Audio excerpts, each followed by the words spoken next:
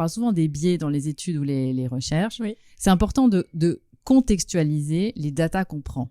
Si tu prends des femmes qui arrivent en structure hospitalière et tu déduis du temps de dilatation du col dans ce contexte-là, c'est complètement ignorer les travaux de cette femme. Tu te souviens, je parle souvent d'Anneliese Newton, qui a observé les souris.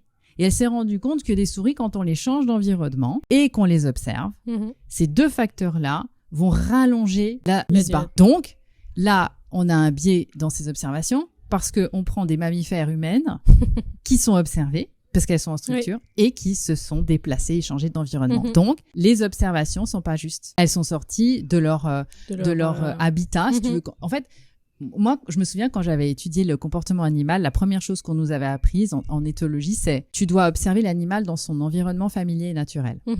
Si maintenant tu veux faire des recherches sur le comportement du cheval, tu vas pas l'observer dans un box si tu veux voir comment il se comporte dans son milieu naturel.